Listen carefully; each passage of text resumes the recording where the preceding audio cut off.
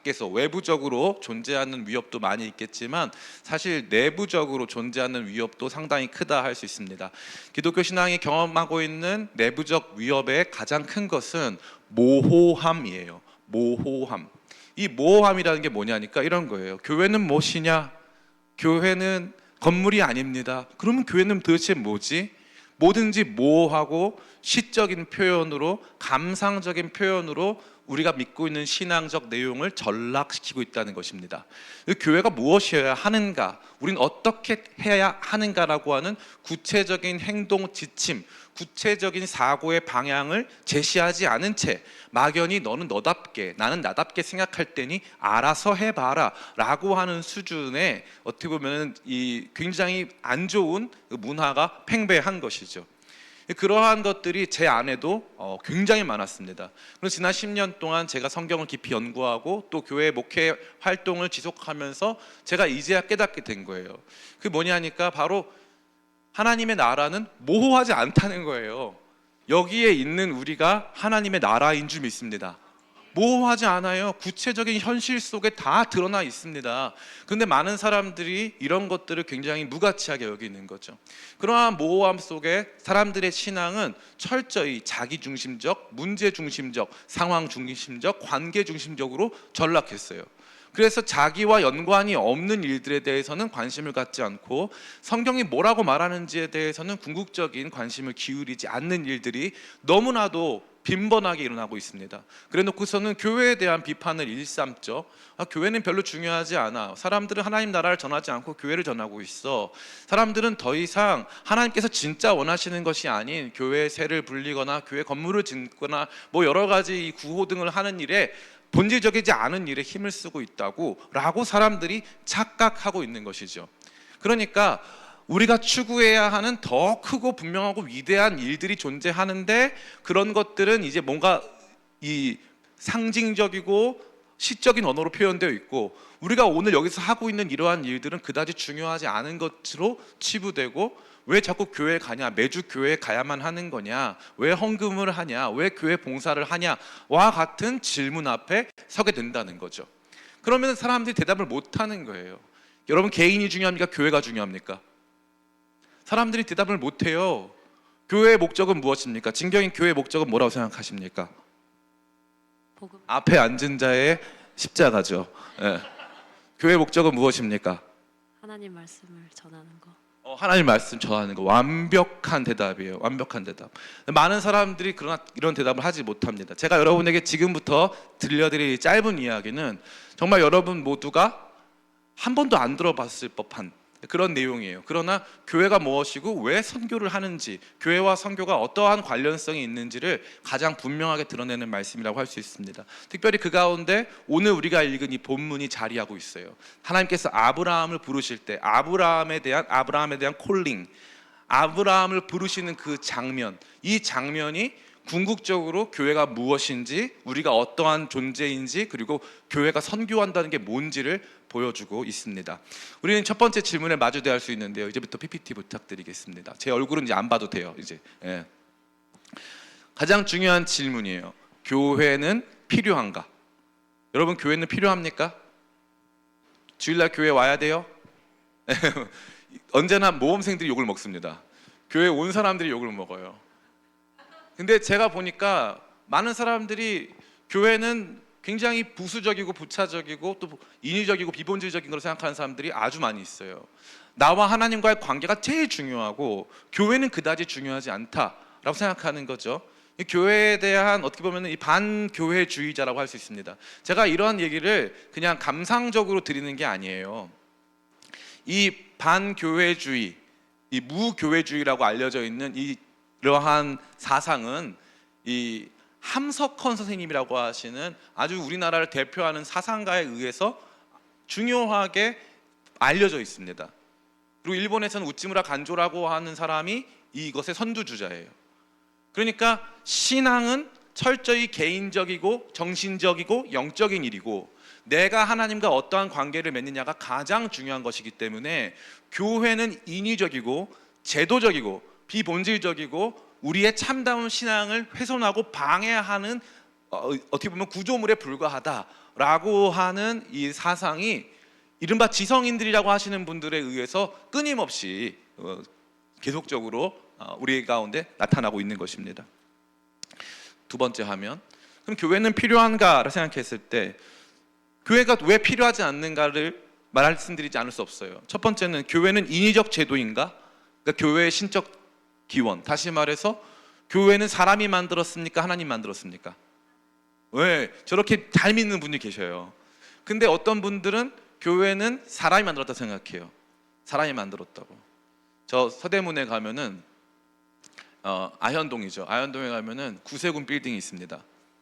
이 구세군 빌딩이 진짜 너무 크고 너무 웅장하고 너무 멋있어요.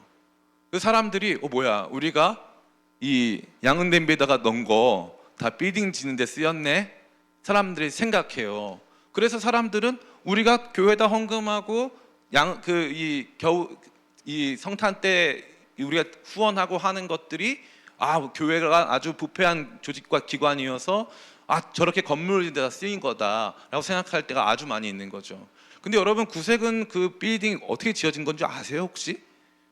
구세군은 원래 상암동에 큰 고아원을 운영했어요. 엄청나게 큰 고아원을 운영했다고요. 그 고아원을 오랫동안 운영했습니다. 오랫동안 운영했는데 상암동 전체가 개발이 되면서 서울시에서 그 보상금을 주고 거기다가 건물을 지으라고 서울시에서 안내를 해서 지은 거예요. 그 돈으로 지은 게 아니란 말이에요. 서울시에서 그렇게 지으라고 해서 지은 거예요. 사람들은 그러한 내용을 모르죠. 그러니까 끊임없이 교회는 인위적인 조직과 제도다. 그래서 자꾸 뭔가 우리가 하려고 하는 일들은 교회에서 하는 여러 가지 활동들은 영적 활동이 아니다라고 사람들이 이야기를 많이 합니다. 그러니까 우리가 첫 번째 살펴봐야 될 것은 과연 교회가 인간들의 이야기로 만들어진 아주 인위적 제도에 불과한 것이냐에 대한 질문을 하지 않을 수 없다는 거예요. 이 가뜩이나 글씨가 작아서 제 얼굴까지 나오면 더 작기 때문에 키워주세요. 저를 죽여요. 네, 감사합니다.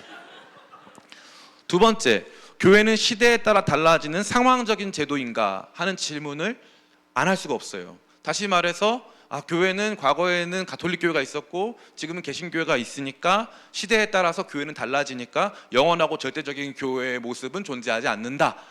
누구는 장로교회, 누구는 감리교회니까 영원하고 절대적인 조직 같은 거는 존재하지 않는 교회는 그러한 상황적인 어떤 기구에 불과한 것이다.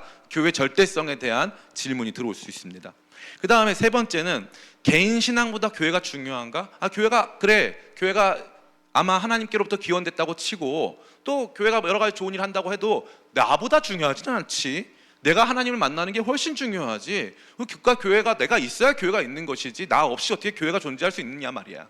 이거 아무 필요가 없지 않느냐. 이러한 종류의 생각도 많이 있다는 거죠. 그 다음 마지막으로 사람들이 얼마 전에 제가 그 SNS에 그 글을 봤는데 교회가 아닌 하나님 나라를 전파하라 라는 글을 봤어요. 그래서 마치 이게 교회와 하나님의 나라가 대립적인 관계 혹은 교회와 하나님의 나라가 뭔가 우리가 그것을 동시에 전할 수 없는 종류, 대치될 수 없는 종류의 것으로 간주되고 있다라고 하는 인상을 많이 받게 된 것입니다. 그래서 교회와 하나님 나라의 상관관계 이러한 내용들을 가지고 우리는 교회가 진짜 필요한 것인가, 교회가 과연 뭐냐에 대해서 함께 생각해 보지 않을 수 없습니다. 그래서 교회는 진정으로 필요한가라는 질문을 여러분 앞에 던져드립니다. 그럼 두 번째, 이 교회의 필요성에 대해서 말씀드리면서 교회의 신적 기원에 대해서 꼭 말씀드리고 싶습니다. 교회는 하나님께서 예수 그리스도를 통하여서 이루신 신적 기원을 가져요. 다시 말해 사람이 만든 기관이 아니라는 거예요. 교회는 예수님께서 세우셨어요. 지상에 존재하는 모든 교회들은요, 우리가 생각했을 때는 부끄럽고 수치스럽고 창피하고 모자란 것 투성이라 할지라도 그것은 예수님께서 세우신 하나님의 교회인 줄 믿습니다. 여러분 이걸 믿어야 돼요. 여기서부터가 시작점이에요. 여러분은 이걸 믿으라고 설득할 필요도 없어요. 교회는 그렇게 선포되어 있다라는 것입니다. 우리 말씀 같이 한번 읽어볼까요? 첫 번째 말씀 같이 읽습니다. 시작. 또 내가 내게 이르노니 너는 베드로라. 내가 이 반석 위에 내 교회를 세우리니 음부의 권세가 이기지 못하리라. 아멘. 마태복음 16장 18절 말씀입니다. 예수님 분명히 말씀하셨죠. 예수님이 책을 남기셨나요? 아니요. 예수님이 특정한 정치 체제를 남기셨나요? 아니요. 예수님이 남기신 게 뭘까요? 예수님이 유품 남기셨습니까? 아니요. 예수님이 남기신 딱 한 가지 있어요. 내가 내 교회를 세우리니. 예수님은 교회를 세우셨어요. 예수님이 교회를 세웠다고요. 이거는 사람이 세운 게 아니에요. 예수님이 세웠단 말이에요. 그렇기 때문에 이거 사람들의 조직과 기관이 결코 아니라는 것입니다. 우리 두 번째 같이 한번 읽어볼까요? 사도행전 20장 28절 같이 읽습니다. 시작. 여러분은 자기를 위하여 또는 온 양떼를 위하여 삼가라. 성령이 그들 가운데 여러분을 감독자로 삼고 하나님이 자기 피로 사신 교회를 보살피게 하셨느니라. 아멘. 이거 에베소 교회 장로들에게 하시는 말씀인데, 하나님이 자기 피로 사신 교회라는 표현이 있어요. 하나님이 교회를 샀대요. 뭘로? 피로 샀대요. 이 교회의 가치는 피값이고요. 이 교회의 소유권은 하나님께 있어요. 사람들의 교회입니까? 아니에요. 하나님의 교회예요. 그럼 목사님, 우리가 보고 있는 이 부패하고 뭔가 부족하고 좀 수치스럽고 좀 이렇게 유치한 교회의 모습은 뭐죠? 하나님의 교회를 유린하는 사람들의 모습인 것이지, 교회 그 자체가 근본적으로 인위적 인간 제도에 불과한 것이다, 절대 아니라는 거예요. 교회는 하나님의 것이고 하나님이 세우신 것이고 하나님께서 사시고 하나님께서 소유하신 것입니다. 교회 우습게 여기시는 신앙 한 명도 없길 축복합니다. 교회 우습게 여기면 안 돼요. 교회는 너무나도 소중한 것이고 피값 주고 샀다고 명시적으로 말씀하고 있다는 것입니다. 교회 없이 신앙생활 불가능합니다. 불가능해요. 불가능합니다. 제가 꼭 말씀드릴게요. 교회 없는 신앙생활 가짜고 불가능한 신앙생활입니다. 우리 그 다음 말씀도 같이 한번 읽어볼까요? 시작. 또 만물을 그의 발 아래 복종하게 하시고 그를 만물 위에 교회 머리로 삼으셨느니라. 교회는 그의 몸이니 만물 안에서 만물을 충만케 하시는 이의 충만함이니라. 아멘.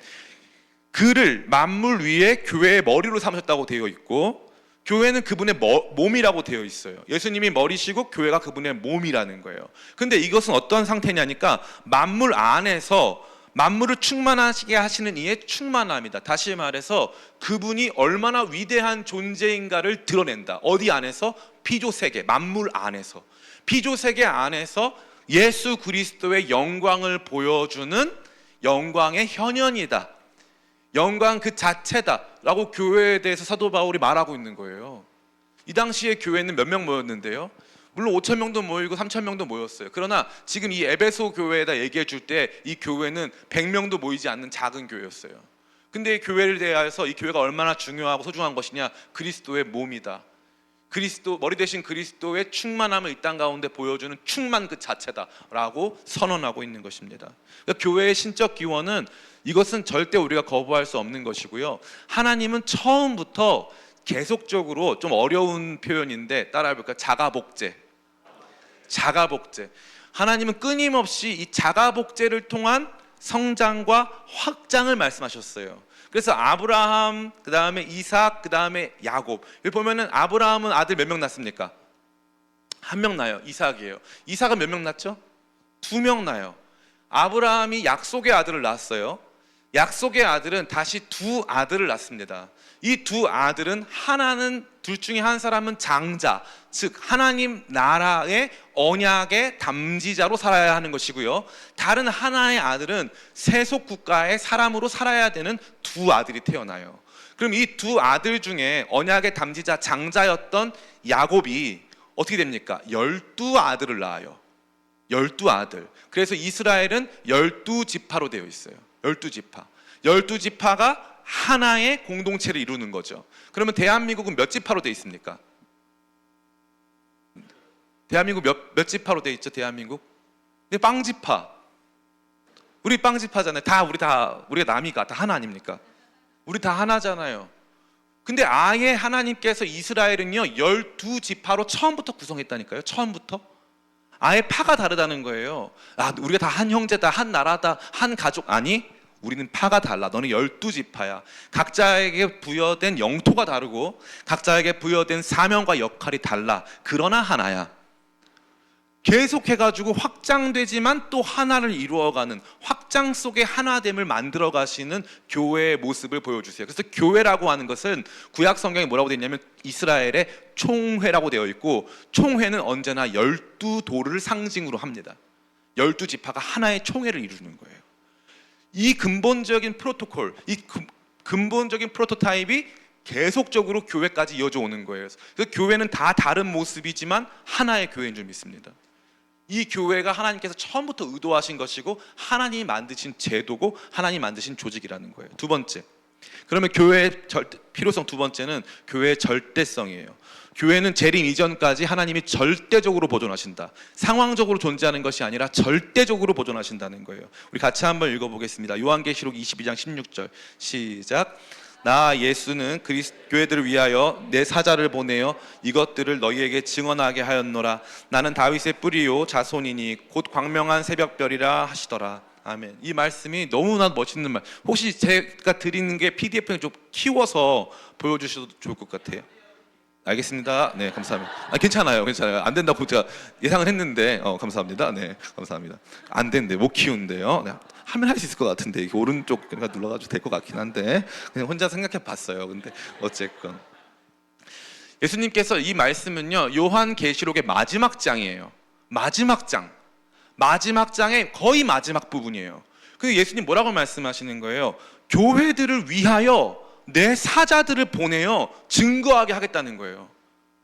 교회들을 위하여 내가 다시 오는 그날까지 내가 교회들을 위하여서 내 사자들을 보내겠다. 내가 교회들을 지켜내겠다 이거죠. 나는 다윗의 뿌리요 동시에 다윗의 자손이다. 이거 기가 막힌 표현이에요. 예수님의 신성과 그분의 왕권을 동시에 보여주는 표현이에요. 너무나도 중요한 표현입니다. 저한테 성경 배운 사람들 이거 이해할 거예요. 다윗의 뿌리요 다윗의 자손이다. 엄청난 표현입니다. 이걸 가지고 주님께서 그 엄청난 신성과 권위를 통해서 교회를 지키실 것을 분명히 말씀하고 있는 거예요.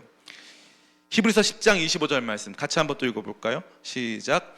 모이기를 패하는 어떤 사람들의 습관과 같이 하지 말고 오직 권하여 그날이 가까움을 볼수록 더욱 그리하자. 아멘. 이미 초대교회 당시에 이 지적인 성도들, 영적인 성도들은 굳이 우리가 꼭 모여야 되냐? 야, 몇만 명씩 모여서 예배드리고 이런 거 이거 별거 아니다. 결국 나 자신이 중요한 거 아니겠냐? 나의 깨달음이 제일 중요한 거다. 나와 하나님과의 관계가 제일 중요한 거 아니겠냐? 라고 생각하는 사람들이 아주 많았다는 거예요. 그래서 굳이 모이지 말자. 굳이 교회 가지 말자. 뭐 교회 가가지고 뭐 또 모여서 뭐 하냐? 수천 명 모여가지고 뭐 거기서 만나는 사람 몇 명 되지도 않는데 그냥 집에서 잘 하자. 야, 유튜브 있는데 몰라고 교회까지 가냐? 라고 하는 사람들이 초대교회 당시도 있었다는 거예요. 그때 히브리서는 분명히 말하고 있어요. 모이기를 패하는 어떤 사람들의 습관 같이 하지 말고 그날이 가까움을 볼수록 더욱 그리하자.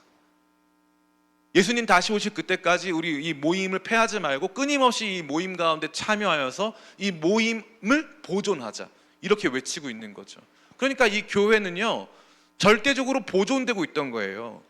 주님께서는 이 모임을 없애시는 새로운 방식의 모임 없는 교회, 모이지 않는 교회, 작은 교회, 인위적으로 작게 만들어야 하는 교회, 이런 건 만들지 않으셨다는 거예요. 만들지 않았어요. 우리끼리 모였는데 인원이 작아. 오케이, 상관없어. 두세 사람이 모인 곳에 나도 함께 하겠다 말씀하셨어요. 최소 단위는 몇 명이에요? 2명이에요. 그런데 이것도 기억해야 돼요. 네가 있는 곳에 내가 함께 하겠다가 아니라 두세 사람이 모인 곳에 내가 함께 하겠다는 거예요. 최소 단위 몇 명? 2명. 예수님께서 제자들을요 보내실 때 몇 명씩 보내셨습니까? 혹시 안다? 우리 승권이? 예수님이 제자들 보내실 때 몇 명씩 보내셨죠? 2명씩. 어떻게 알았죠? 너무 신기합니다. 예수님께서 2명씩 보내셨어요. 절대 1명씩 안 보내셨습니다. 신기하죠? 언제나 사역은 2명, 2인 1개조예요. 복수로 운영되게 돼 있어요. 그 주기도문에 안 나오는 게 뭐죠? 주기도문은 1인칭 단수가 안 나와요. 1인칭 단수. 하늘에 계신 누구 아버지예요? 우리 아버지예요. 복수로 되어 있단 말이에요. 기독교 신앙은 혼자서 수도원 올라가서 돛 닦는 게 아니에요. 그게 아니란 말이에요. 교회는 처음부터 주님께서 만드신 신적 기원을 가지고 있고 이 절대성에 의해서 끊임없이 보존되는 모임이라는 사실을 기억하길 바랍니다. 세 번째, 그러면 교회와 신자와의 관계가 또 중요한 이슈로 작용합니다. 그럼 개인이 중요하냐 교회가 중요하냐? 개인도 중요하고 교회도 중요하죠. 왜 그렇습니까? 여기 같이 한번 읽어볼까요? 3번 시작. 신자와 교회와의 관계. 모든 신자는 교회의 일원으로 존재한다. 교회는 신자의 주소. 네, 교회는 신자의 주소예요. 너 어디 살아? 우리가 있죠. 근데 내가 마땅히 주소가 없어요. 어떤 사람입니까? 주소가 없는 사람, 좋은 사람, 이상한 사람. 주소가 없으면 조금 약간 애매한 분이에요. 지금 어디 전 서울역 11번 출구쯤에 있습니다. 뭐 거기 하늘을 지붕 삼아 뭐 살고 있어요. 이러면 안 된다는 거지. 명확하게 내가 이 땅에서 살아가면서, 그러니까 우리는요 이 생명과 생활을 되게 혼동하거든요. 그 생명이 있으면은 우리 목사님께서 영적 생명만 있으면 되죠. 아니, 생명이 있는 건 오케이. 그럼 애가 태어나면은 그냥 길바닥에 버리나요? 아니잖아요. 아이가 태어나면은 생명이 있으니까 말을 가르치지 않나요? 말을 가르치죠. 음식 먹는 방법을 가르치죠. 문화를 가르치죠. 예절을 가르쳐서 생명을 생활로 바꾸잖아요. 그러면 교회는 뭐예요? 거듭난 성도의 생명을 영적 생활로 바꾸는 곳이에요. 근데 많은 사람들이 이런 걸 몰라. 이 단순한 걸. 교회 없이 영적 생활을 할 수가 없다니까요. 목사님 요즘에 앱으로 다 돼 있어요. 그럼 앱은 누가 만드는데?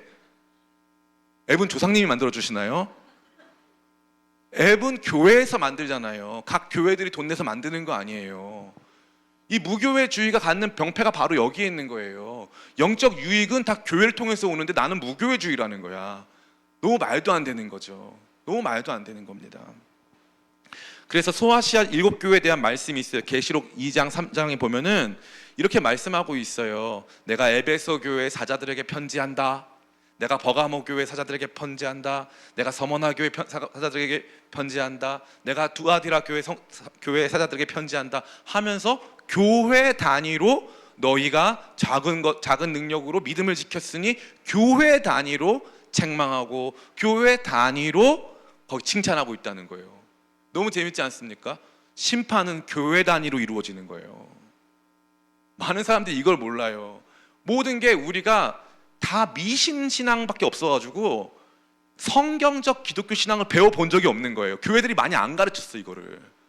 성경적 기독교 신앙 대신에 미신 신앙. 그래서 내가 제일 중요한 거야. 그래서 내가 잘못했는지 잘했는지, 내가 선행을 했는지 안 했는지. 그래서 성숙한 사람이 되어서 기독교 신앙이라고 하는 영적 사회 안에 들어와서 여기에서 교회를 이루고 그 교회가 어떠한 모습으로 말씀대로 살았는가에 대한 평가를 받는다는 생각을 해본 적이 없는 거지. 모든 게 자기중심적으로 바뀌어서 교회라고 하는 체제나 이건 의미를 발견한 적이 없는 거예요. 너무 안타까운 거예요. 그래서 여기 보면은 성도 단위가 아닌 교회 단위로 이루어지고 있는 책망과 칭찬이 있으면 우리 꼭 봐야 될 필요가 있다는 거예요. 그리고 사도행전 이후에 서신서가 쫙 등장하잖아요. 로마서, 고린도전서 보면은요 대부분 다 교회를 대상으로 하고 있어요. 교회를 대상으로. 개별적 성도를 대상으로 하고 있지 않습니다. 교회를 대상으로 하고 있다는 거예요. 지역 교회를 대상으로. 정말 중요한 내용이 아닐 수 없는 거예요. 교회들을 중심으로 신앙이 이루어지고 하나님의 심판과 판단이 이루어짐을 저와 여러분들이 보게 하는 거예요. 그러니까 여러분들을 개별적으로 하나님께서 심판하시는 내용도 분명히 있겠죠. 그러나 확실한 것은 야, 너 기쁨의 교회 성도로서 너 뭐 한 거야? 야, 너희 기쁨의 교회 이게 뭐야? 라고 하는 교회 단위의 책망과 심판이 존재한다는 거예요. 교회 단위의 권면도 존재한다는 거예요. 그럼 이 교회를 같이 만들어가는 우리가 각자 그 역할들을 어떻게 하고 있는가에 대한 분명한 반성과 고민이 있어야 한다는 거죠.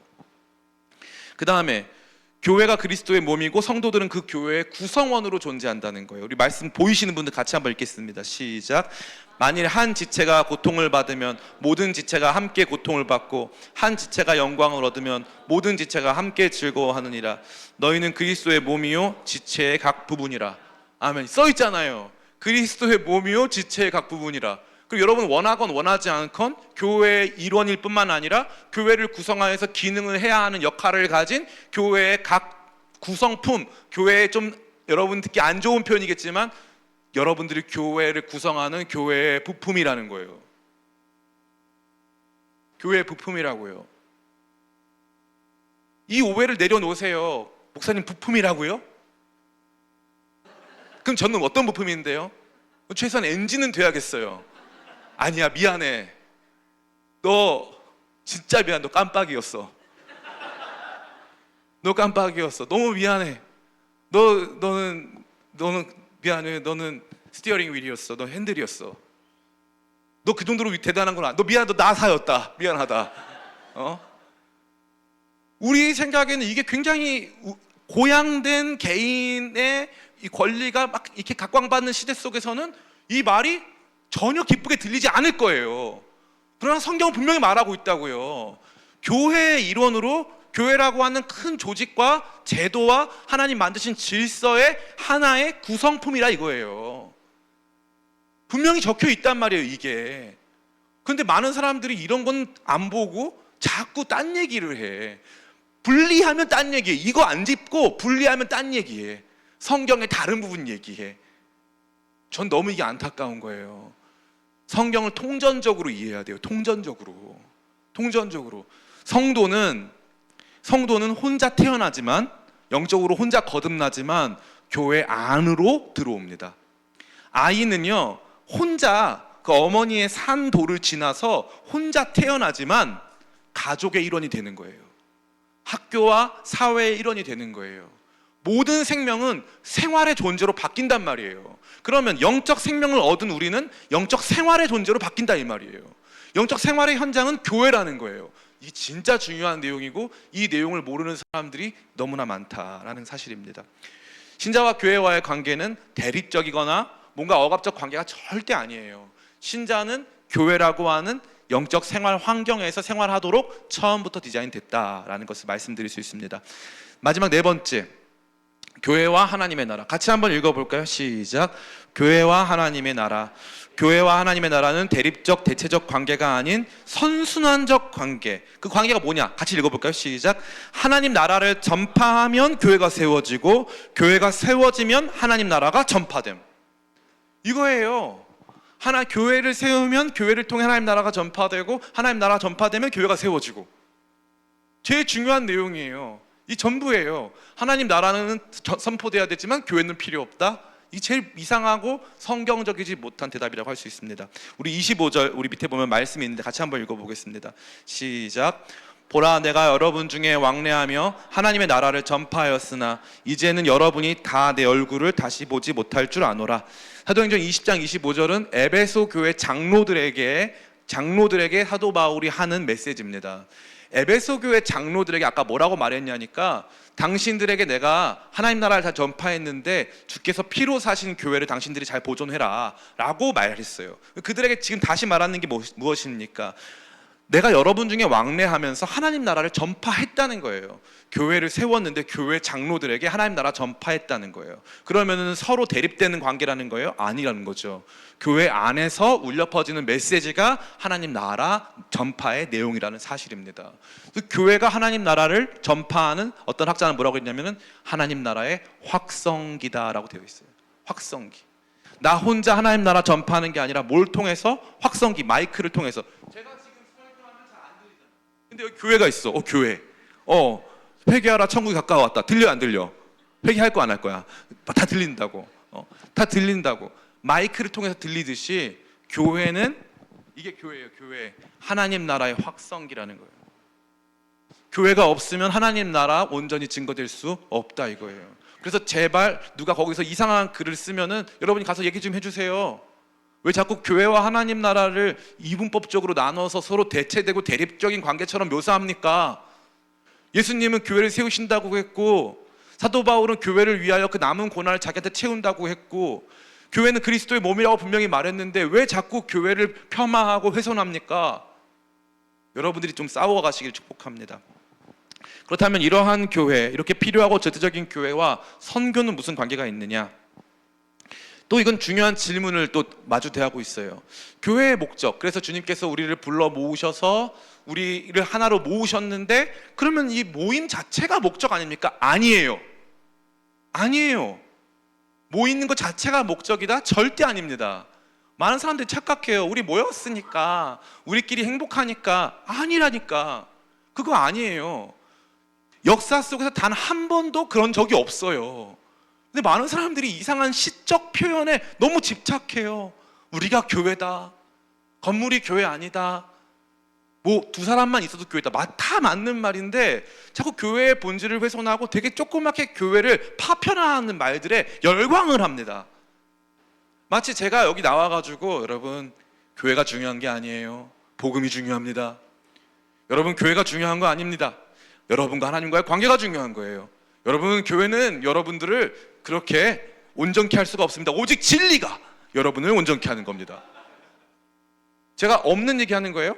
아니에요. 지금 수많은 설교자들이 이딴 식으로 설교를 한다고요. 이딴 식으로. 전 너무 처참해요. 너무 처참해요. 예수님은 본인의 피로 이 교회를 사셨고, 이 교회가 너무나도 소중해서 계시록 22장 마지막 말씀에 내가 교회를 위하여 사자를 보냈다. 다윗의 뿌리요 다윗의 자손인 내가 교회를 위해서, 내가 끝까지 보존할 그 교회를 위해서 내가 사자를 보낸다. 근데 설교자들이 사람들을 자극하려고 교회가 중요한 게 아니고 진리가 중요한 거, 교회가 중요한 게 아니라 복음이 중요한 거, 교회가 중요한 게 아니라 하나님 나라가 중요하다는 식으로 자꾸 교회와 진리, 교회와 복음, 교회와 하나님 나라를 뭔가 연관 없는 것처럼 생각한다는 거죠. 그건 너무 잘못된 거예요. 너무나 잘못된 거예요. 저는 그 마음이 너무너무 아파요. 너무너무 아파요.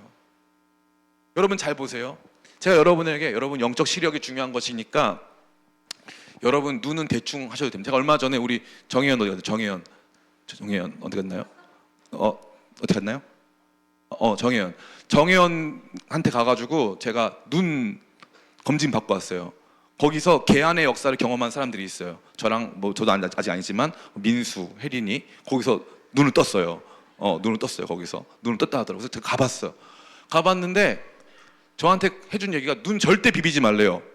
그러면 눈에 너무 안 좋대요. 절대 무슨 일이 있어도 눈을 비비지 말래요. 깜짝 놀랐어요. 전 맨날 비비고 살았거든요. 맨날 비볐거든. 눈 절대 비비지 말아라. 제가 목사가 나와가지고 여러분 육신은 중요한 거 아니에요. 대충 사세요. 육신은 하나도 중요한 거 아니니까 영의 눈이 중요합니다. 여러분 진짜 눈은 무엇입니까? 영의 눈입니다. 영의 눈으로 보시기 축복합니다. 그래서 사람들이 아멘 막 이런다고. 영의 눈만 중요해요? 육의 눈도 중요해요? 육의 눈도 중요해요. 그럼 영의 눈은 하나님이 만드셨고 육의 눈은 사람이 만들었습니까? 아니란 말이에요. 육의 눈도 중요하다고. 육의 눈으로 그럼 뭘 볼 수 있는데? 말씀 볼 수 있잖아요. 말씀 볼 수 있잖아요. 저는 예전에 그 목사님이 실명 거론해도 돼요. 박영선 목사님이라고 대한민국을 대표하는 설교자가 있어요. 이분이 여기 성도교회 청년부 대학부 할 때 이분이 이제 어떤 퍼포먼스를 했냐니까 나와서 성경책을 찢었어요. 성경책을 찢고 목사님이 뭐라고 하셨냐니까 성경 이 문자에 집중하지 말고 이 영적 의미에 집중해야 된다 했어요. 청년들이 막 열광을 하고 막 좋아했어요. 그 목사님 이제는 성경 안 찢으세요. 왠 줄 알아요? 눈으로 성경책을 봐야 무슨 영적 의미를 깨닫죠. 육이 불필요합니까? 아니에요. 육이 있어야 영도 있는 거예요. 육을 통해 진리를 발견하는 거예요. 육체는 아름다워요, 안 아름다워요? 왜 말을 못하죠? 육체는 아름다운 거예요. 하나님이 아름답게 만들었다고요. 아름답게 만들었어요. 이게 바로 이 영지주의고 이게 바로 이분법이에요. 교회라고 하는 눈에 보이는 기관이나 건물 따위는 중요하지 않고 본질만 중요하고 복음만 중요하고 영적 체험만 중요하다, 그런 거에 속지 마세요. 거기에 수많은 사람들이 속아 넘어가가지고 전혀 이상한 데서 신앙생활하고 그 말 한 사람의 종이 되어버렸어요. 여러분이 진짜 객관적으로 홀로 오롯이 서려면은 하나님 주신 눈을 가지고 여러분 마음과 몸을 건강하게 만든 다음에 여러분 자신이 성경책을 보세요. 성경책을 진짜 보기 시작하면 그때 우리의 눈, 육안을 넘어서서 영적 눈으로 보게 하시는 하나님의 놀라운 진리가 있는 줄 믿습니다. 그런 거 모른 채 그냥 뭐 건물도 필요 없고 교회도 필요 없고 다 필요 없다. 도대체 어떻게 살려고 하는 건지 이해가 안 돼요. 제가 눈을 하는 말씀이 있죠. 발은 땅을 딛고 눈은 하늘을 봐라. 많은 성도들이 발도 뛰는 거예요. 발도 뛰고 눈으로 하늘을 봐. 그럼 발 뛰면 여러분 어떻게 돼요? 넘어져요. 발 뛰었다고 넘어져서 막 울고 있어. 발 뛰었는데, 믿음으로 발 뛰었는데 넘어졌죠요. 이렇게 하는 친구들 너무 많아요.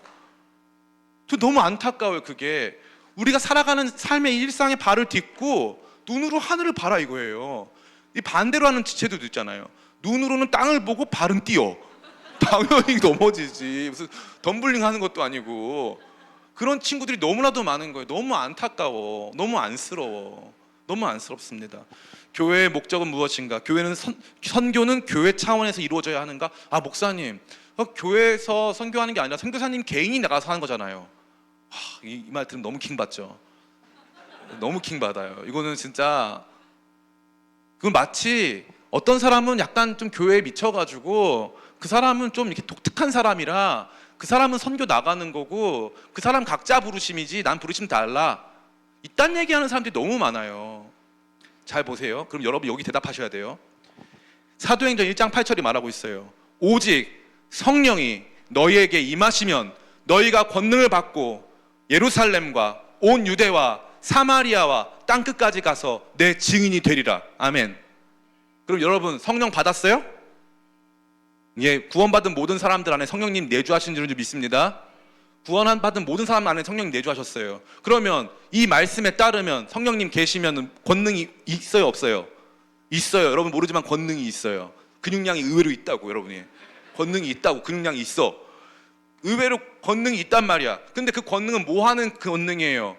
예루살렘과 온 유대와 사마리아와 땅끝까지 가서 복음 전하게 하는 권능이 있다고. 이 말씀에 예외가 있어, 없어? 없어요. 선교사님들이 독특하고 이상한 사람들이라 얌전히 교회에서 신앙생활이나 할 것이지 괜히 혼자 날뛰다가 해외까지 가가지고 열방까지 가서 복음 전하는 게 아니라 모든 성도는 성령이 너에게 임하시면 권능을 받고 예루살렘과 온 유대와 사마리아와 땅끝까지 가서 내 증인이 된다고 되어 있단 말이에요. 이게 예루살렘일지 온 유대일지 사마리아일지 땅끝까지일지는 몰라. 그러나 확실한 거는 모든 성도들에게는 이 선교적 사명이 존재한다 이 말이에요. 그럼 성도들의 모임인 교회는 그게 없다고요? 개인 차원에서만 이루어지는 거라고? 절대 아니라는 거예요. 제가 이제 살펴보겠지만 선교는 철저하게 교회 차원에서 이루어집니다. 목사님, 선교 단체는 그럼 뭐예요? 교회 차원에서 이루어져야 되는 선교가 있는데 그게 온전히 이루어지질 않으니까 교회 차원에서 못하니까 선교 단체가 조직되어지고 그 단체로 말미암아 선교가 진행되고 있는 것이고 그 단체들도 파라처치라고 해서 또 다른 종류의 교회라고 일컬어지고 있다는 거예요. 세 번째, 그러면 꼭 선교는 해외에서 이루어져야 합니까? 목사님, 그러면 알겠습니다. 그런데 꼭 선교는 해외에서만 이루어져야 돼요? 해외 선교 그게 중요한 거예요? 이렇게 생각하시는 분들 많이 있죠. 제가 살펴보겠지만 교회와 선교가 어떠한 관계가 있는가 그것을 통해서 발견하게 될 때 우리의 선교가 그 질문 안에 이게 담겨 있는 거예요. 꼭 해외에서만 하는 거예요?가 답이 아니라 나는 안 하고 싶은데, 나는 해외는 싫은데 난 여기가 좋은데 라는 마음이 있는 거예요. 오케이, 인정, 좋아요, 상관없어요. 그런데 그러면 꼭 해외에서만 하는 거예요가 아니라 해외에도 가야 되는 거군요 라고 마음을 먹으면 끝나는 거잖아요. 그잖아요. 그 마음을 먹게 하는 그 과정입니다. 같이 한번 생각해 볼게요. 두 번째, 다음 선교적 교회의 비전. 같이 한번 읽어볼까요? 시작. 교회의 목적은 선교, 선교의 목적은 예배. 우리 같이 말씀도 한번 읽어보겠습니다. 시작. 아버지께서 나를 아시고 내가 아버지를 아는 것 같으니 난 양을 위하여 목숨을 버리노라. 또 이 우리에 들지 아니한 다른 양들이 내게 있어 내가 인도하여야 할 터이니 그들도 내 음성을 듣고 한 무리가 되어 한 목자에게 있으리라. 그 다음 말씀 같이 읽겠습니다. 시작. 내가 땅에서 들리면 모든 사람을 내게로 이끌겠노라 하시니 이렇게 말씀하심은 자기가 어떠한 죽음으로 죽을 것을 보이심이로라. 아멘. 여기 보면요, 예수님께서 놀랍게도 내가 선한 목자다, 선한 목자는 양을 위해서 목숨을 바친다 라고 말씀하셨어요. 여기까지 다 알아. 근데 여기 16절에 나타난 얘기가 뭐냐니까 또 이 우리에 들지 아니한 다른 양들이 있다는 거예요. 이 우리에 들지 아니한 다른 양들. 예수님은 지금 예수님의 궁극적 관심사는 이 우리에 들어있는 양들에게만 있는 거예요? 아니면 다른 양도 있는 거예요? 다른 양에게도 예수님의 관심이 있는 거예요. 다른 양, 이 우리가 아닌, 그러니까 여기 기쁨의 교회라고 하는 이 우리 바깥에 존재하는 양떼들에게 예수님의 관심이 있다 없다? 있다는 거예요. 예수님의 십자가는 처음부터 선교적이었습니다. 내가 땅에서 들리면 모든 사람을 내게로 이끌겠노라 하시니, 내가 땅에서 들리면 모든 사람을 내게로 이끌겠노라. 예수님의 십자가의 비전은 그냥 예수 믿는 사람들 내가 대충 알고 있는데 그 사람들 내가 이게 아니라 모든 사람들을 내가 이끌겠다. 그들을 내게로 이끌겠다. 예수님 말씀하고 계시는 거예요. 보편적 구원에 대해서 예수님께서, 여러분 오해하시면 안 되는 게 보편구원론이라고 해가지고 모든 사람 다 예수님 없어서 구원받는다는 뜻이 아니라 이 복음을 모든 사람에게 전하고 이 복음으로 말미암아 모든 사람이 구원받기를 예수님이 원하신다는 거예요. 원하신다. 그 정도로 예수님은 선교적 비전을 가지고 계신다 이 말이에요. 그런데 많은 사람들이 이것을 교회의 목적이 이러한 선교라고 하는 사실을 인정하려 하지 않습니다. 두 번째, 다음 장면이죠. 그렇게 구원받은 교회가 뭘 경험합니까? 우리 같이 말씀 읽겠습니다. 시작. 이 일 후에 내가 보니 각 나라와 족속과 백성과 방언에서 아무도 능히 셀 수 없는 큰 무리가 나와 흰옷을 입고 손에 종려가지를 들고 보좌 앞과 어린 양 앞에 서서 큰 소리로 외쳐 이르되 구원하심이 보좌에 앉으신 우리 하나님과 어린 양에게 있도다 하니 모든 천사가 보좌와 장로들과 내 생물의 주위에 서 있다가 보좌 앞에 엎드려 얼굴을 대고 하나님께 경배하여 이르되 아멘. 찬송과 영광과 지혜와 감사와 존귀와 권능과 힘이 우리 하나님께 세세토록 있을지어다. 아멘 하더라. 아멘. 이 계시록이 보여주는 이 환상적인 예배는요, 모든 민족의 예배였어요. 그죠? 여기 보면 뭐라고 되어 있어요? 이 일 후에 내가 보니 각 나라와 족속과 백성과 방언에서, 각 나라 족속은 이제 이 민족성을 말하는 거고, 나라는 정치 체제, 족속은 ethnicity, 민족성, 백성들은 사람들을 말하는 거예요. people, 사람들을 말하는 거고, 방언은 tongues, 그래서 말을 하는 다른 언어권 있잖아요. 예를 들면 인도에 가면은 언어가 100개가 넘어요. 그래서 인도가 구원을 받았다는 게 아니라 인도에 사는 100가지를 쓰는 모든 민족들이 다 구원을 받을 것이다 라고 말씀하고 있는 거죠. 그 사람들이 다 같이 모여가지고 뭐 한다는 거예요? 지금 찬양한다는 거예요. 그러면 잘 보세요. 이 사람들 말로 복음이 전해져야지 이 사람들이 같이 모여서 찬양할 거 아닙니까? 교회의 궁극적인 비전은 예배가 맞아요. 근데 그 예배라고 하는 것을 궁극적 열방의 예배라고 하는 최종적 예배의 목표에 도달하기 위해서 반드시 거쳐가야 되는 과정이 있는데 선교라는 거예요. 선교. 그래서 말씀드렸잖아요. 교회의 목적은 교회가 하는 일, 활동의 목적은 선교하는 거예요. 근데 이 선교의 궁극적 목적은 예배하는 거예요. 그래서 모든 사람으로 말미암아 예배하게 하는 그 비전이 처음부터 있었다. 이거는 교회의 존재 자체부터 시작된 것이다라고 생각할 수 있는 거죠. 다음 화면입니다. 그럼 두 번째, 과연 이 교회가 아닌 개인이 선교하는 거 아닌가? 같이 한번 우리 그 밑에 있는 줄 같이 한번 읽어볼까요? 시작. 최초의 선교사는 교회 차원에서 파송. 두 번째, 교회는 타 교회와 선교지에 대한 지속적인 관심을 갖도록 요청됨. 같이 한번 읽어보겠습니다. 시작. 그들이 이르러 교회를 모아 하나님이 함께 행하신 모든 일과 이방인들에게 믿음의 문을 여신 것을 보고하고 제자들과 함께 오래 있으니라. 아멘. 이 교회는 안디옥 교회입니다. 안디옥 교회. 우리 교회가 기쁨의 교회는 안디옥 교회를 모델로 세워진 교회예요. 도심 중심에서 이름을 알 수 없는 젊은 사람들이 복음을 전해서 세워진 교회고 선교하는 교회다. 그래서 우리 교회는 선교하는 교회입니다. 그런데 재밌게도 사도 바울이 1차 선교 여행 떠났어요. 이때 파송받은 사람이 두 사람인데 바나바와 바울이에요. 사도 바울은 이 당시에 대표 성경 교사였어요.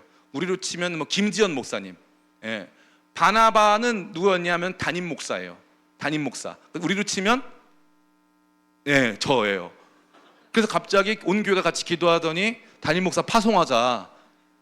우리가 뭐 진짜 가라 막 이러면서 가라 모세 막 이러면서 담임 목사 파송하는 거예요 지금. 그래서 이 기도가 끝나고 12일 동안 하는 기도가 무서운데 갑자기 목사님 감동받았어요. 하나님 목사님 가라고 하십니다. 목사님 가라 이렇게 해가지고 막 선포하면 너무 무서운데 너무 놀랍게도 그렇게 파송받은 교회예요. 근데 교회 1차 선교여행 2년 동안 선교여행 마치고 돌아와가지고 온 교회를 모아서 여기에 보고하고 교회 성도들하고 계속 같이 있는 모습을 보여주고 있는 거예요. 그러면은 이 선교가 개인 차원으로 이루어진 것으로 보입니까? 교회 차원으로 이루어진 것으로 보입니까? 교회 차원으로 이루어진 거예요. 교회가 담임 목사 내보냈고 갔다 온 담임 목사와 사도 바울을 아주 환대로 맞아주면서 정말로 그 일에 동참하는 양상을 보여주고 있다는 거예요. 어디 가서 좀 제발 교회와 선교에 대해서 잘못 듣고 오지 마세요. 그리고 여러분의 욕망대로 교회 만들지 마세요. 여러분의 욕망, 여러분이 목사님 전 이런 교회였으면 좋겠어요. 다음 세대를 위한 교회. 제가 다음 세대를 위한 교회 전문가입니다. 맨날 가서 하는 일이 그거예요. 저도 그런 교회 만들고 싶어서 전 우리 교회 아이들이 적은 거에 대한 일종의 컴플렉스가 있어요.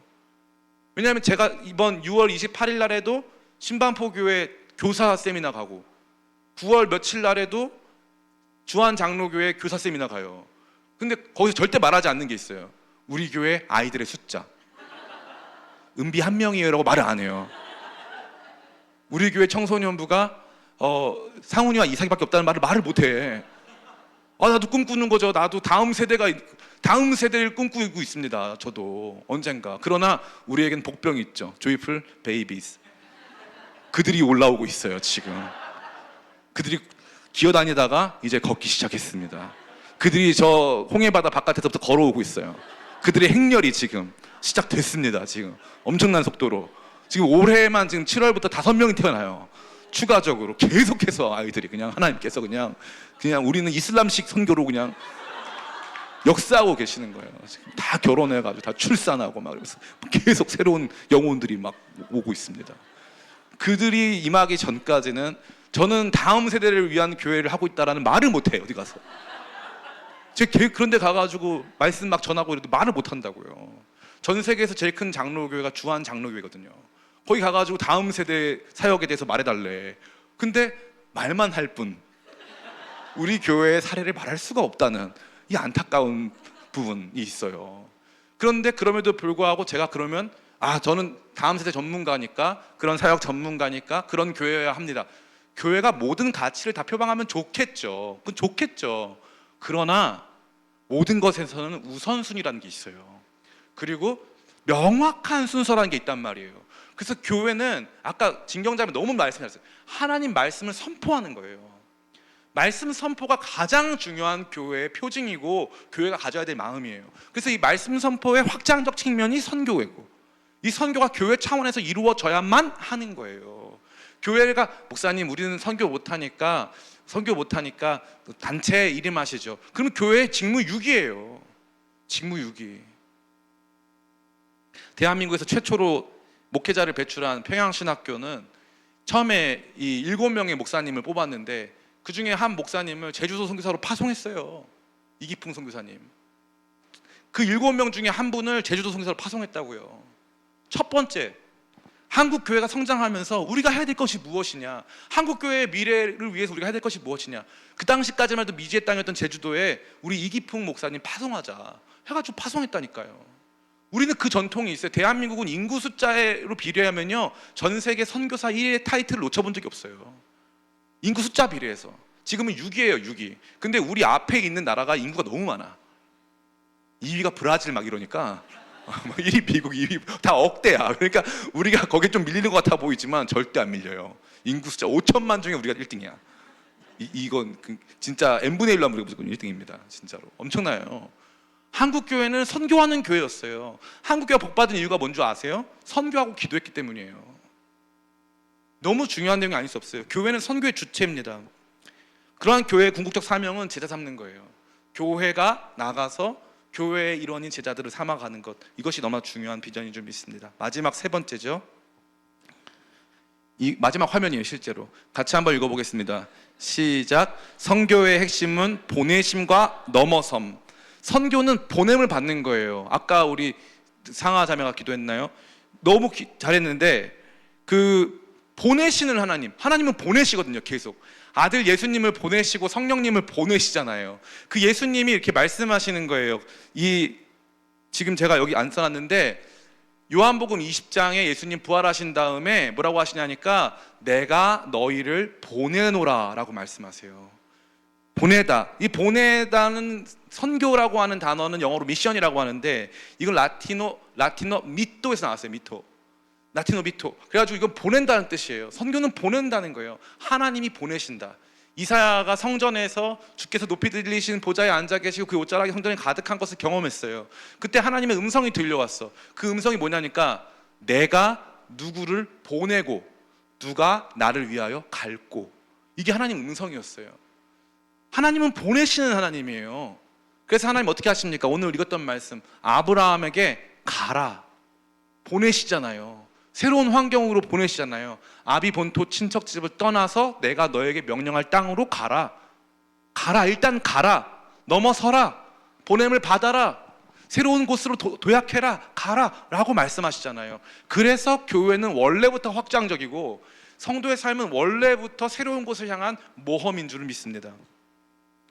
그러고 나서 하나님께서 뭐라고 말씀하세요? 하나님은 지속적으로 열방과 땅끝에 대해서 말씀하시죠. 우리 같이 한번 이 말씀 같이 읽겠습니다. 시편과 이사야 같이 읽습니다. 시작. 내게 구하라. 내가 이방 나라를 내 유업으로 주리니 내 소유가 땅 끝까지 이르리로다. 다음 절. 그날에 주께서 다시 손을 펴사 그의 남은 백성을 아수르와 애굽과 바드로스와 구스와 엘람과 시날과 하맛과 바다 섬들에서 돌아오게 하실 것이라. 아멘. 바다 섬들에서부터 하나님께서 그의 백성들을 다 돌이키실 거라는 거예요. 저 멀리 땅끝. 앞에 이 시편 2편 8절은 뭐라고 말합니까? 내 소유가 땅끝까지 이르리라. 내게 구하라. 이방 나라를 내 유업으로 주고 너의 소유는 땅끝까지 이르리라. 그러니까 하나님의 관심은 이스라엘 땅 거기에 있는 게 아니에요. 하나님의 관심은 이방 나라에 있는 것이고 하나님의 관심은 땅끝에 있는 것이고 하나님의 관심이 미치는 곳은 섬들까지 있는 거예요. 사람들 몇 명 살지도 않는 그 섬들까지 주님의 관심이 놓여져 있는 거예요. 대한민국은 참 독특한 나라입니다. 보통 섬들에 가면은 섬이 가장 미신적인 문화가 많이 남아 있어요. 그런데 놀랍게도 대한민국의 아주 큰 섬 몇 군데는 독특한 모습을 보여주고 있어요. 대표적인 섬이 강화도입니다. 강화도는 참 우리나라 역사엔 중요한 곳이에요. 당군이 내려왔다고 알려져서 당군이 와가지고 이렇게 제사를 지낸 무슨 산? 돈 많이 준다는데 만이산. 어디에 있습니까? 강화도에 있어요.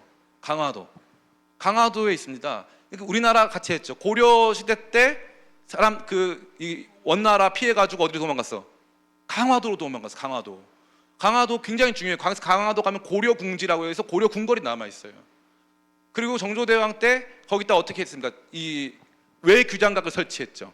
규장각을 이제 하나 더 만들어가지고 우리나라의 중요한 이 문건들을 다 그쪽으로 보내놨어요. 프랑스가 털어갔잖아요. 용서하자. 프랑스 우리가 품어줄게. 용서한다 프랑스. 그 강화도의 보그마율이 70%가 넘어요. 그 섬에 감리교가 먼저 들어가가지고 장악해버렸어. 제일 신기한 섬이 어딘지 알아요? 울릉도 인구가 10,000명이 안 되는데 울릉도에 크리스찬이 굉장히 많아요. 근데 거기는 누가 장악한 줄 알아요? 침례교. 울릉도는 침례교의 땅이에요. 침례교가 장악해버렸어. 신기하지 않아요? 그 섬들 다 선교사님 가가지고 다 복음 전한 거예요. 교회가 그 일들에 같이 동참했다는 거죠. 하나님께서 저와 여러분에게 원하시는 것은요, 우리가 있는 우리의 삶의 테리토리, 우리 삶의 이 구역, 우리 삶의 반경 안에 머물러 있는 게 아니에요. 열방을 향하여 가는 거예요. 열방을 향해서 가는 거예요. 넘어서는 거예요. 내 삶의 바운더리를 넘어서는 거예요. 주님께서 그걸 원하고 계시는 거예요. 내게 익숙한 것을 넘어서는 거예요. 내게 보장된 삶을 넘어서는 것 주님께서 원하시는 거예요. 우리가 믿음이 없어서 못하고 여러 가지 부족한 것이 많지만 그럼에도 불구하고 교회가 근본적으로 이러한 넘어섬의 존재, 보내심 받아서 익숙하지 않은 곳을 향하는 존재라고 하는 이 사실을 우리가 부인해서는 안 될 줄 믿습니다. 사랑하는 성도 여러분, 말씀 다 마쳤어요. 교회는요, 선교가 목적이에요. 그래서 이 교회가 궁극적으로 일을 하는 거예요. 목사님 말씀도 배워야죠. 말씀 배우고 선교할게요. 목사님 다음 세대 키워야죠. 키워서 선교 보냅시다. 목사님 저희 교제해야죠. 교제해서 선교 갑시다. 선교 가서도 교제할 거고요. 이 선교를 궁극적인 지점에 두고 하는 거예요. 선교를 궁극적인 지점에 두고서 교회의 여러 가지 일들을 감당해 나갈 때 교회가 건강해져요.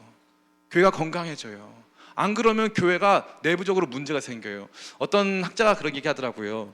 우울증이 오는 이유는, 번아웃이 오는 이유는 뭐냐니까 너무 많은 것을 해서 오는 게 아니래요. 우울증의 특징이 뭐냐니까 해야 할 걸 못해서 온대요.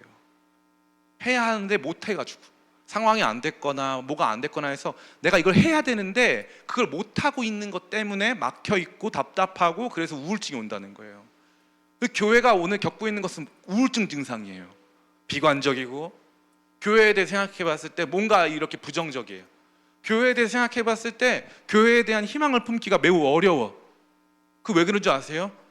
가난하고 뭐 없어도 쥐뿔 아무것도 없는 교회가 열방을 품고 우리 한번 해보자! 그럼 막 하나님께서 역사하신 거 봤잖아요. 그동안 다 봐왔거든. 근데 그러한 역사에 동참하지 않은 채 뒤에 앉아서, 목사님도 마찬가지. 목사님들이 제일 문제가 많아요. 저를 포함해서. 목사님들이 성도들이 많이 와야 되니까 이런 설교하면 부담스러워, 안 부담스러워? 좀 부담스럽잖아. 선교학교 한 달씩 하면 성도들이 좋아해, 싫어해? 좋아하죠. 우리 교회는 좋아해. 그러나 다른 사람 낯설 수 있어. 아, 목사님 무슨 꿍꿍이 있나? 무슨 꿍꿍이 있나? 선교 가면 뭐 좋은 거 있나? 목사님 무슨 뭐 돈 받나? 돈을 받긴요. 우리 교회는 목사도 선교 돈 내면서 합니다. 돈 내면서 해요. 지금 9월 9일부터 9월 20일까지 우크라이나, 폴란드 지금 임팩트 팀을 보내려고 해요. 저가 갈 거예요. 제가 가가지고 직접 가서 우리 여기 청년들 같이 마음에 있는 친구들 같이 가가지고 거기에서 이제 복음도 전하고 또 폴란드 안에 있는 우크라이나 난민들 상황들도 살피려고 합니다. 그런 거 할 때 제가 돈 내고 가는 거예요. 교회에서 지원도 못 받아요. 제 돈 내고 가는 거지. 제 다른 꿍꿍이 있어서 그러는 게 아니에요.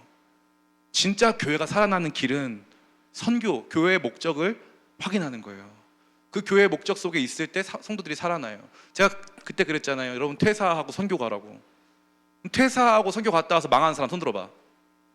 지금 한 사람씩 다 깔까요? 퇴사하고 선교 갔다 와서 다 취업했고 갔다 와가지고 다 위로받았고 다 마음속에서 비전 품었고 행복했고 영적으로 성장했잖아요. 다 그랬다고요. 다 그랬다고. 그 기쁨의 교회는 우리 교회가 가지고 있는 선교적 DNA를 멈출 마음이 없고 이 DNA를 가지고 이 DNA가 우리의 성장 속에 구체적으로 발현되는 것을 함께 경험해야 할 줄을 믿습니다.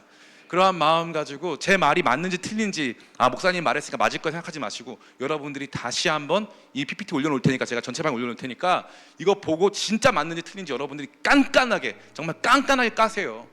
진짜 교회의 목적이 선교가 맞는지 깐깐하게 까세요. 그래서 여러분이 확인하세요. 여러분이 그래서 거듭나세요. 그래서 진짜 생각이 달라지세요. 그 다음부터 기쁨의 교회 나오는 기쁨이 회복될 줄을 믿습니다. 그래서 의미가 있는 거예요. 선교 기도할 때마다 저거 왜 하는 거야? 그게 아니라 우리 교회는 선교 기도하기 너무 좋지 않아? 우리가 진짜 함께 열방을 같이 움직이고 있다는 마음 들지 않아? 막 이러면서 우리 안에 그 기쁨으로 충만하게 되시길 간절히 원합니다. 기쁨의 교회는 비록 작지만 우리 교회를 통해서 역사하시는 하나님은 크시고 보내시는 하나님, 선교하시는 하나님이신 줄 믿습니다.